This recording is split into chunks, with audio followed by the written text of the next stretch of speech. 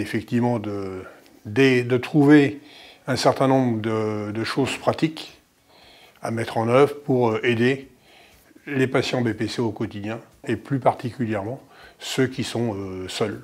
La possibilité d'obtenir un médaillon téléassistance dans le même esprit qu'il existe pour les personnes en perte d'autonomie paraît important en cas de malaise ou de difficulté très aiguë.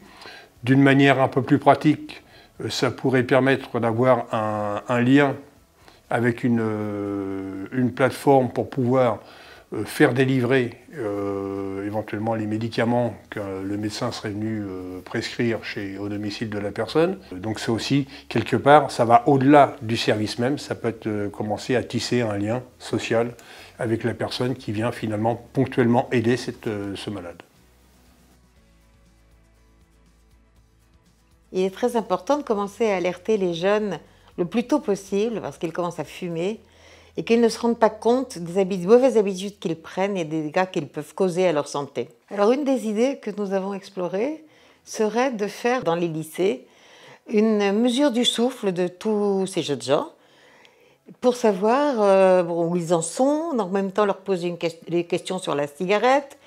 On pourrait également leur faire, donc en dehors de la mesure du souffle, leur passer des témoignages de gens qui sont atteints de BPCO et qui sont très handicapés dans la vie. Et si certains ont déjà des problèmes, les renvoyer sur leur médecin.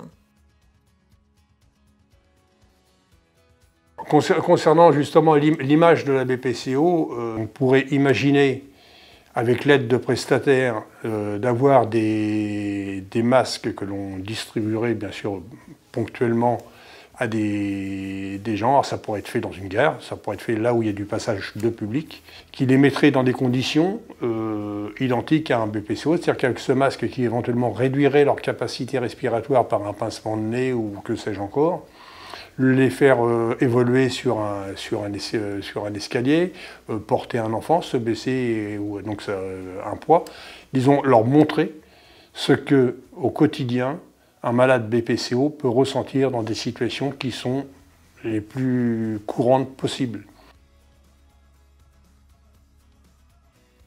Un mois avant la journée BPCO a lieu la journée du patrimoine. À cette occasion, nous revêtirions toutes les statues de superbes lunettes de façon à faire connaître et à émouvoir et à sensibiliser le grand public à cette maladie.